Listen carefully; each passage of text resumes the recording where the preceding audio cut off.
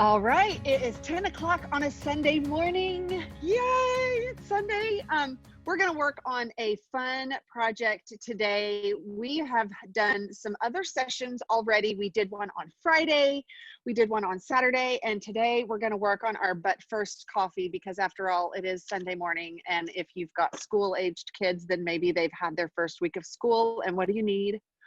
Coffee. I've already caffeinated. I'm fully caffeinated and hydrated. So let's get this show on the road. My name is Rebecca Warriner. I am the owner of AR Workshop Cypress. We are located in West Cypress, kind of near the Fry and 290 section of Cypress. We are a do-it-yourself workshop. So that just means all these things you can kind of see behind me, our Christmas countdown, this fun pillow, all sorts of signs and projects, very functional things too. Trays like this super cute little pedestal tray I'm working on today. We teach you how to make things like that in the workshop. So what we're going to do today is take some of our concepts that we teach in the workshop and teach you how to make a smaller piece that is available in that kit that some of you already have ordered. If you have your kit with you, then go ahead and open that up. Surely you already acted like it was Christmas Day and you already tore into your box. I'm going to go through what's in your box. If you haven't had a chance to order your DIY to go, show to go virtual kit for these workshops, then you can still do that. You can order them from our website, arworkshop.com/Cypress. Scroll down to the DIY to go section and you'll see a button on there for the home and outdoor living shows. We are so excited to be a part of this fun event. And this is a great way to still get everyone connected so that you can see all of the different options that we have from some of the different vendors that we're going to be at the live show. And we are looking forward to 2021 actually being in a room where my staff can be walking around and showing you how to do all of these things. Until then, break out those kits that you've ordered or watch the video and then get your kit ordered. What you're going to be working on today is one of our mini blocks. It's just a standing block.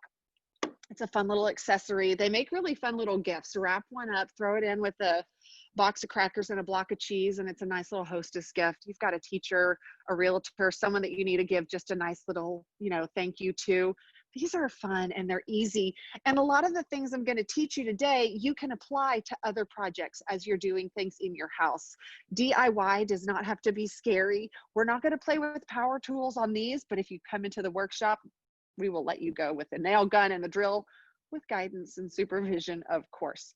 So open those boxes. What you have in your box to start with, you have a wooden block that is already sanded and stained. We stained these with our stone stain. It's a gray stain. It's one of the most popular colors people use.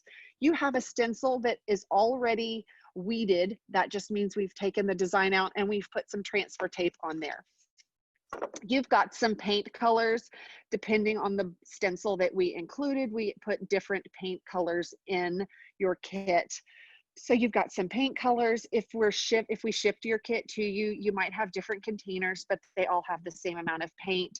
You have one container that is labeled primer. Set that aside. We'll talk about what that is. You've got a foam brush. We're going to be using that to apply our primer. You've got some disposable makeup wedges, makeup sponges. We're going to use these as our applicators for the paint. You have a pair of gloves. If you want to keep your hands neat and clean. In my world, dirty hands are happy hands. So gloves are a great idea, but I'm going to go ahead and get those over there because I just like to get messy sometimes. And then you have a piece of sandpaper. Your sandpaper will be new. Mine has just been already used. You also have a choice of stencils when you register. Because we've already done a few of these sessions, you can go back and look at the beginning of some of the other sessions to see what the different stencils are. We're teaching different things with each of these workshops. So the first session that we did was based off of our Bloom mini block. This is a really fun, bright spring design. But as we're leading into fall and getting into more calm, muted colors, we wanted to do something that was quite a bit more subtle, something that's a little more transitional. So the same design, different color palettes, you can just see the difference there. So the bloom stencil is what you would put in the comments when you order the box. We also did yesterday, we did our Texas home block, which is a you can get 2 parts out of this stencil. This is the basic stencil. We did the wash, the paint on the back, making it look a little bit more distressed. We did some color blending here, but then we also took the stencil and we took the negative of the stencil, applied that, and then painted the back and showed you how to add some of these little advanced weathering pieces to it. You can also always go back in with your sandpaper and pull some of the paint off to get a more distressed look if that's something that you like. So it's a twofer. This is a fun stencil to do. If you wanted to do this one, then you can just put Texas Home in the comments when you ordered that kit, and this is what we would send, and we just pick some colors for you. If you got specific colors you like, let me know. We're always happy to do that. We love to include Aggie Maroon because we are an Aggie owned business. So whoop. Today, we're going to do But First coffee. And one of the questions that has come into the workshop a good bit is, I don't do farmhouse. I'm not country. That's not my look. Much more mid-century modern, or I like a more contemporary look. You can do a very contemporary look and still use wood projects. You don't have to go straight to metal and stone. We can do wood projects and make them look really slick, really cool. So we're going to do that with our But First coffee design.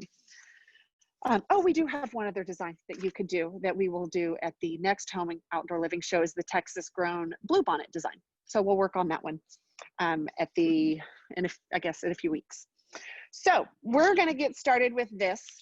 Our block, again, is just our stone stain, but because we are going for a more contemporary look with this, I'm going to paint the background similar to how I did with the Texas home block, except I'm going to use a nice dark gray. At our workshop, we used all Sherwin-Williams paints. So the color that I'm using here is peppercorn. I'm just going to sand this to make sure that it's nice and smooth. One of the nice features of good contemporary look is making sure that your edges are crisp and that your colors are smooth. If I were doing this project, and not doing it just through this, I would probably paint the entire block peppercorn. Peppercorn is a nice dark charcoal without it being quite as bold as a solid black. But once you get it on there, it has a really nice finish. Oh, I just realized I stuck my brush that I was going to use for my primer in my paint. Oh, well, beautiful. Oops, we'll use a sponge for our primer. So I'm going to go ahead and just scoop up the paint. This is the only time you're going to get to use a lot of goopy paint. Every time we do stencils, we use very thin amounts of paint. There is one tool I did not include in your kit that you will need. And that is something pointy. You can find a safety pin and open that up. If you have a paper clip or a thumbtack, you can use that. We're going to use that at the end to pull out the middle of some of these letters. So I'm going to tell you that now so that you have a minute to maybe send one of the minions around your house looking for something pointy like that. We use dental scalers at the workshop, and I promise they're clean. They've never been used. And that's our pointy tool. So I got a really nice smooth coat of this peppercorn. It's very similar to the stain color, so it's going to work out nice. And once we are totally done doing the front of this block, I'll probably go back and repaint the edges, but just for the sake of time and to make good use of our workshop today, I'm only going to paint one side. I have a fan sitting over here to my side. If you have a small fan or a hair dryer, then you can get that out just to speed the process along. I'm just going to set my block off screen here in front of the hair dryer while we do a little bit of talking about our stencils. Your stencil has already been weeded. When our stencils come off of our cutting machine, I don't have one right here. It's just a big sheet of blue. You're not going to be able to see the outlines, but it does cut. I get the question a lot. Do y'all use a Cricut? It's like an industrial sized small vehicle version of a Cricut. But it's the same concept. We're just cutting really fine lines into here based off of just some designs that we do.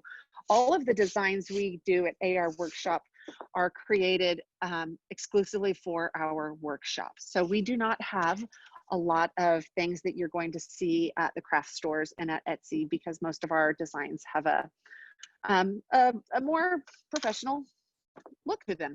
And that's one of the reasons I love the designs that we have at AR Workshop. So you can order stencils, you can buy stencils, you can do stencils on wood projects, you can do them on canvas, you can do them on your picnic table, you can do them on your wall. The concepts we're going to go through today can apply to each of those different types of projects. When you get your stencil, if you have to weed your stencil, you're going to want to weed from the outside to the inside. It's real tempting sometimes to go straight into the middle of the design and start pulling out the middles of the F's and the middles of the E's, but those are the parts that you want to leave down. So when you're doing stencil work and you're weeding, work your way from the outside. You would look for the first cut line, and then that's the piece you're going to pull out. The design starts to reveal itself. And that's really important when you do have a design like the blue bonnets. If you just went straight in, you might actually be trying to peel off the background, and then you'd be left with a negative version of the stencil. If you do vinyl cups or things like that, the parts that we leave down are the parts that you would normally pull up. So just keep that in your mind when you do get a stencil sometime to do in your house, on a wall, wherever. Our stencils are easier to peel when they're upside down. We've already put some transfer tape on here. Transfer tape is not masking tape. It is not even painter's tape. It is a lot less tacky. So it's not going to adhere to your project. It's not going to pull the paint off of the project, which is really great if you're doing something on a project that's already been weathered. If you've got a patio table, a picnic table, something that might be on your property that you want to put a neat design on or a cute saying on, sand it, get it prepared. But if your stencil paper or your transfer tape is too sticky, it can pull that wood and splinter it back up. So making sure you have the right tools is always a good step. We're going to peel the backing off of our stencil. It's really tempting to just start peeling it this way or to hold it up here. But we really want to make sure with the stencil that we leave all these little parts of the stencil down on the transfer tape. So the way we like to do it at AR Workshop Cypress, face down, pressing over the back using your hand or a small block, something hard, to make sure that it's good and stuck to the transfer tape. And then just peel back a corner of the backing. Instead of using more of a pulling motion when you're taking the backing off of your stencils, use more of a pushing motion. I'm going to press down here and I'm going to push the stencil off. That's going to help me make sure that all of the parts of the stencil, all the blue parts for our stencil paper, stay down. If I just start pulling, let's see if I can get it to do something here. I'm looking for a little, there we go. And we start to see the stencil paper sticking to the backing. It's real easy to fix. You don't want to touch a lot in here. I'm just going to hold gently here. Take your white paper, your backing, pressing down, not touching the blue, sticking it back onto the transfer tape, press down and pull. So that's why I like to do more of a pushing motion than pulling. So I'm going to roll the backing off of this. If you have a firm stencil, that is something that you can do if you're trying to do a pattern on a wall or something where you're going to stencil, place and move, stencil, place and move. You're obviously not going to have a backing, but you do want to make sure that your stencil stays clean so that you don't get any residue on your wall. This is almost, our block is almost dry since I put an extra layer of paint. Oh, my side light just burned out there. We'll fix that, no big deal. With our stencil that we've got here, we're going to use our primer. Primer is going to glue our stencil down and seal up our edges. And then the colors I've selected to do today, we're going to do a metallic and just our basic white paint color. I think we're good to go there. Let me take a technical moment here and switch out my batteries. I have to say this home and outdoor living show is not sponsored by Ryobi, but I sure do love my Ryobi tools because I can switch batteries out like a rock star. There we go. Okay, we've got our block prepared. Our paint is nice, smooth, and dry. we've got our stencil. We like to cut our stencils to be the same size as the project upon which the stencil will be placed. So all I have to worry about is lining up the blue paper with my block. The design is centered on the blue paper, and it's that easy. When you're placing your stencils down, you need to go rub over it to make sure that you work out any air bubbles. Always start from the middle, working your way to the outside. Especially important if you have a large stencil. If you have a big space that you've put a huge stencil, you know, some of those that you can get that are, you know, 24 by 48 for a wall. Work your way from the middle to the outside, getting out those air bubbles. Super important. If you do have air bubbles that are in your stencil, you can get a razor blade, a sharp knife.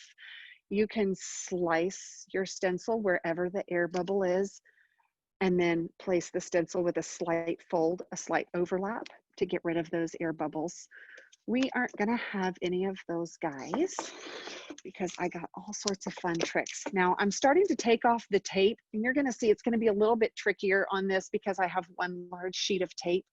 I really recommend using a bunch of smaller pieces. I don't have one here. We're trying to make it simple for packaging. But rolling this tape off is better. Again, using more of a pushing than a pulling, because we want to make sure that all these little middles stay down. So I am pressing down as I'm rolling the stencil back. I would love to not have to reposition any of the parts, and making sure that all of the blue stays down. Let's try to hold a little bit here. If you do tend to get too vigorous with your transfer tape, peeling it off, and your stencil paper tears, you will just want to fix that with a small knife to cut the stencil paper possibly and replace it, making sure that you don't have any large gaps or bubbles in it. And then you'll definitely need to prime it. The primer is a step that we do at the workshop, and it's a glue-based product. It seals up the edges. If you do have any bubbles or anything like that that you've repaired, then the primer is going to be even more important, because those overlaps or those gaps in the wood, if you have a piece of wood that's got some personality to it, especially an outdoor piece of furniture or a wall that has texture, primer is going to seal up the stencils. It's going to provide a clear coat over the stencil so the paint can't seep underneath. The way we're going to apply the primer, since I used my brush to put my background on, I'm just going to go ahead and use one of these makeup sponges. It will work just the same. I like to hold them from the point and use this as my bottom for the brush. I'm going to dip it in the primer. You do not need to have much primer. It should be a very thin layer. If you can pick your sponge up and the primer is dripping off, you might have too much primer. You really are going to have just a very smooth, thin layer. We're going to apply this with a pressing motion, pressing down on our stencil to make sure that it is nice and secure. But then the most important step is smoothing the primer, making sure that it's not thick. So I'm just going to go back and gently wipe off any excess. It is such a thin layer. You can see the shine from the wetness. It will dry clear with a matte finish. I'm going to do that everywhere. The most important part on here is when I get down to this word coffee, we have these little bitty insides of the stencil.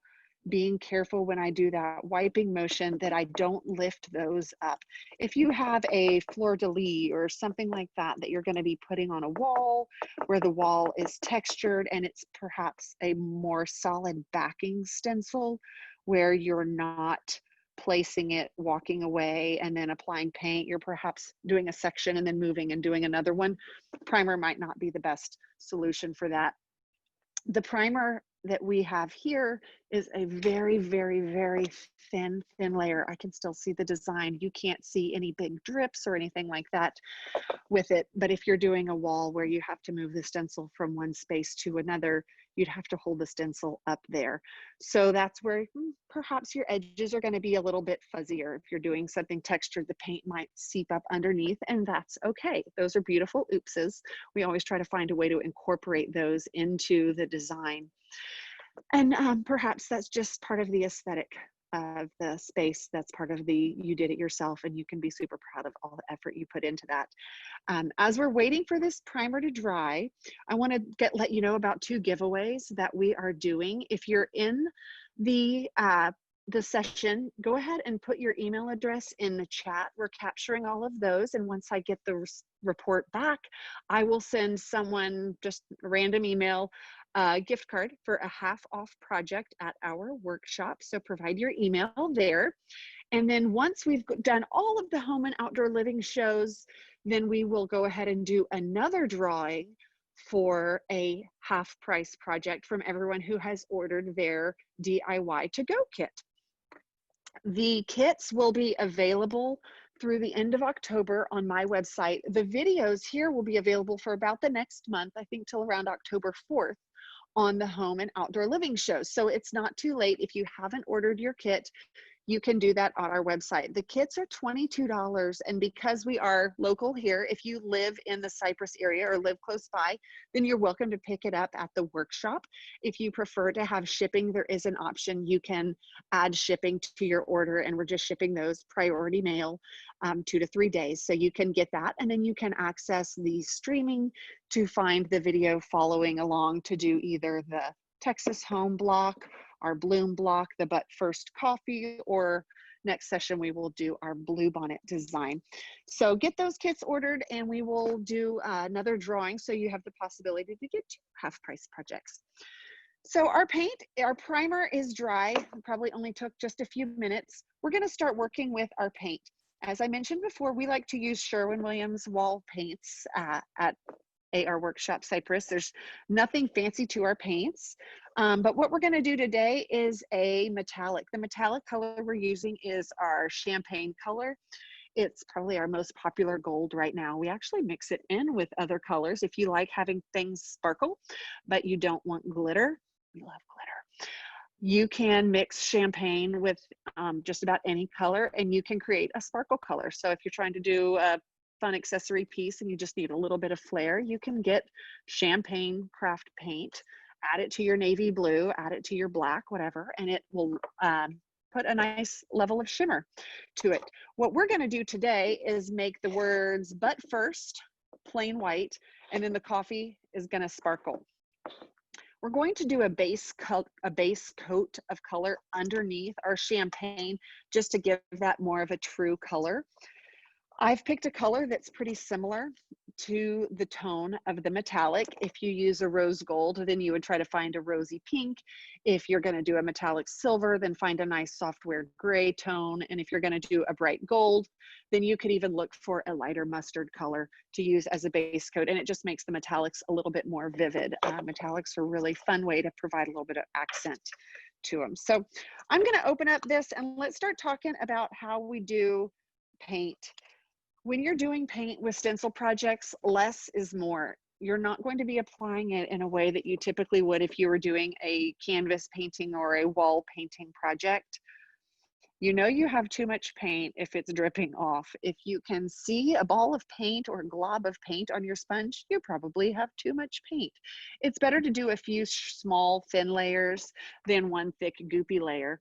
A good rule of thumb is you should actually be able to see the outline of the letters through the paint, or the outline of your design through the paint. A very thin layer, you can actually still see what that word says. If you want a more solid coverage, then you can do 2 very thin layers. The reason you don't want to have too much paint is we're going to pull the stencil off while it's wet. If you put too much paint on and take the stencil off, it's kind of like taking a muffin out of its liner before it's done cooking. It just oozes and spills because it doesn't have the structure of the stencil to hold it in place. Another possibility is if you take your stencil off and your paint is thick and goopy, your stencil can splatter and it can drip and run off onto other parts of your project, which, beautiful, oops, find a way to incorporate things like that, but always just means a little more touch up. So we're done with the word "but." I just did 2 very thin layers. Go ahead and just put some on here, and I want to show you what it looks like when you put too much, just so that you can see that, because we see it all at the workshop, but we make sure every project turns out amazing. Can you see the difference? It might be a little harder. It is very thick. It is very goopy. I can't see the word underneath it. If that's where you are with your project, it's okay. It's nothing we can't fix. Go ahead and just wipe off your sponge, scrape some of that off, and then just go back and soak it back up and then wipe it back off. So super easy. I like to tell our customers when they come in, there is nothing you can do we can't fix. One thing I do want to point out, we are using more of a smushing motion than a wiping motion. Because we've primed this wood, if I start wiping, I'm actually going to get a very thin coverage. We have sealed the wood. The paint is not absorbing, soaking in. It's just sitting on top. So that's why we are using that spongy motion. It also makes sure that any small parts of your stencil, any small parts of your design don't get lifted up. So I'll go ahead and cap this. When you get your kits and you have extra paint, keep that. It'll last for a little while. You'll have, if we ship it, you'll have the screw top lids. Save it. You can use that for other projects. The gold. We're going to put a base coat on here. This is our bittersweet stem color that is a really nice, lovely khaki color. Again, we've got the dark brown peppercorn. So if you do more grays in your home, then we've got that as our background color. This is just the base coat for the sparkle. I'm going to go ahead and sponge this right on top of the word coffee. I got, again, another thin layer, and then we will put the metallic over this. We've got these fun little accent lines on the coffee that if I had my glitter out, I might add glitter to those spots. But I don't have glitter today, so we will save that for another session. Maybe the next session we'll do a glitter design so that I can teach you how to do that project. If you ever did want to do a custom design at the workshop, we do that too. I've got that skill in my toolbox. So if you've got you know, a family crest or something like that that you would love to have on a project, I can do that for you. So the base coat for our word coffee is on here. We're going to go ahead and just let that set up for just a minute. It doesn't take very long. I don't want to let it sit for too long because we don't want the paint to dry. Oftentimes people will ask, how do I know when it's time to peel a stencil off? You want to peel it off while it's wet. You actually don't want the paint to get completely dry. When you're peeling the stencils off, have you ever done a painting project and you put the painter's tape on the perimeter of a wall or something and then you let it get completely dry? And then you go peel the painter's tape up and it starts to peel off the paint, and then you've got to go back and touch up. The same thing will happen with your stencils. If you let the paint get completely dry and you peel your stencil off, it can just peel the sheet of paint right off with it, especially if you have a smooth surface on the background. The background paint should be completely dry before you put your stencil on. If you've put your stencil on and the background paint isn't completely dry, then it can pull some of that up as well. And you would just need to do a little bit more touching up. Can be done, and I'll show you how to do touching up, but do make sure that the surface of your project is dry before you apply that stencil. Because we just did a couple of layers, our surface dried pretty quickly. I'm going to go ahead and do the metallic layer. The tan color is not completely dry, but it's dry enough that I can put another layer of paint on it without really smearing it.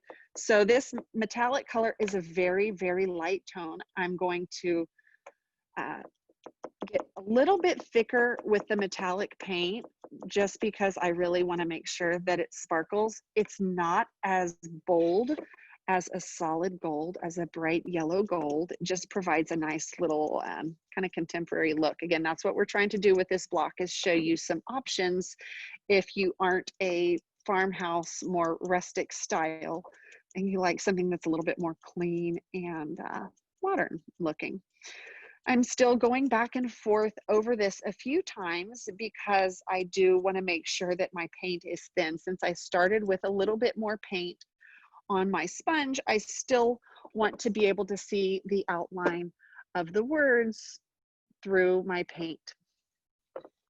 And that is with our champagne color that we have. Where's my lid? There it is. Peeling the stencil off. If you have a big project, you're definitely going to want to have help doing this. If you're doing a wall, get a buddy. When you're taking your stencil off, you want to peel it against the grain. If that's a new phrase for you, the grain of the wood are the lines of the wood. The lines are going across here, so the grain is going across. So if we want to peel it against the grain, we're going to go from top to bottom. Again, if you're working on a project that's outside, if you've got an old whiskey barrel that you're working on, the older the project, the more likely the wood is going to splinter back. And so go ahead and look for the grain and peel against the grain. It might take a friend to help you with that. I'm going to let this sit for just another second to set up a little bit more. While we're waiting, let me remind you that the giveaways that we're doing, if you're in the group and you already have put your email address in, then that's perfect. If not, go ahead and put your email address in the chat. We're going to do a drawing for a half price project from everyone who puts their email in the chat. And then after the shows are over, we'll do another drawing for a half price project from everyone who's ordered their show to go kit. That's one of these blocks. The people who are already following along with me, you already have your blocks. If you're just coming upon this call, then you can go to arworkshop.com/Cypress and scroll down to our DIY to go kits. And there will be a button for the home and outdoor living to go kits. You can order your kit. You can specify if you would like the Texas home stencil. And this video was the one we did on Saturday. We've got a 2-part stencil there that you can do. We've got our bloom, which is the one that you probably saw in all the advertising. It's one of our most popular mini block projects to do, but we did it with some more subtle, muted transitional tones. Today, we're doing the But First Coffee. You also have the option to do the Texas grown blue bonnet, so you can specify that when you order. Okay, I think this is about ready to pull. We're going to peel our stencil against the grain. With smaller projects like this, I actually like to hold them upside down. Reason I like to do that, my stencil, as I'm peeling it off, your stencil is going to try to fall back down, and I don't want my stencil to fall back down and touch my project because it's going to give me more work. Should this have been a larger project, a porch sign or something like that, then I would have a buddy and we would just lift it and peel it straight up. Not peeling back this way because we certainly don't want that paint to smear as we're peeling it off. Because I can hold this, I'm just going to hold it upside down and I'm peeling it against the grain. So I am pulling this direction. Look at how sharp that is. I love that. And it's falling down, hanging out there. There are going to be some middle parts for some of these words that we will have to go back in and get. That's why that safety pin or that toothpick or thumbtack or paper clip, whichever pointy tool you were able to get your hands on, is going to come in handy. So I'm just carefully pulling this off. Don't worry, those F's are exactly what they're supposed to be. Those were the parts that were not included in this stencil. This is trash. I've had people ask me before, can I save my stencil? Not our stencils. There are some stencils out there that are going to be on a thicker plastic and you can save those, but our stencils go straight into the trash. Now we're going to go ahead with that sharper tool, and we only have a few little spots to peel out. The way we've got this design is so that most of these little loops will come out when you peel your stencil off in one piece. We're trying to get out these middles. You don't want to gouge your wood as you're doing it with a toothpick or needle nose tweezers, whatever you might be using. When you're taking out the middles of anything, it's not so much of a digging down motion as it is sliding the point up under the stencil and lifting the stencil up. So I am going to do that here. I'm actually going to start in the middle of the stencil, just sliding my pick underneath the stencil and raising the stencil straight up. I did put just a teeny tiny little scratch that you won't even be able to see on the camera, but I would like to show you how to fix that and touch that up. So we'll do that at the end. I'm gonna lift this one up as well, see if I can get it off. Wonderful. So you're more of a contemporary clean lines kind of person. You can still do wood projects. Everything doesn't have to be rustic and distressed. We can do simple, clean, smooth things. One of the most beautiful designs we've done on one of our realtor closing gifts, we did a really deep navy. We mixed the background color with some black. So it was almost a midnight blue color with white and a bright gold, not the champagne, but a true bright gold. It looked like a tuxedo. It was beautiful. So don't be afraid of DIY if the rustic look isn't what you were going for. Now I'm going to get this a little closer to see if you can see the shimmer of that. We've got that fun metallic on there. It adds just a nice little pop of color, adds a little bit of pizzazz.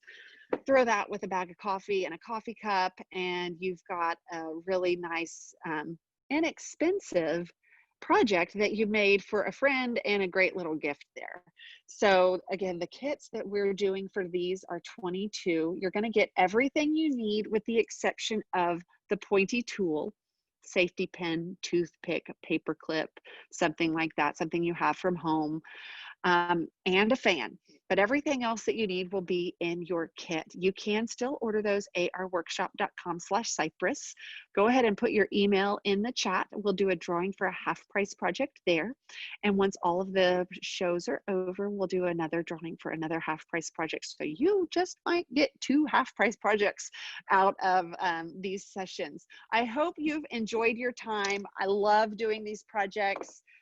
We really have a fun time in our workshop. It has been super busy this week. I believe over the course of this weekend, we will have had close to 40 people coming in to do projects with us. We make chunky knit blankets, canvas projects, wood projects, holiday projects, realtor closing gifts, team buildings, custom designs, you name it, we can do it, and we will teach you how to do it. So go take on your day. Don't be afraid to get out there and get your hands dirty with a little DIY. Mine aren't too dirty today. I hope you have a safe day. Enjoy the rest of the show, and we will see you for the next one. Bye-bye.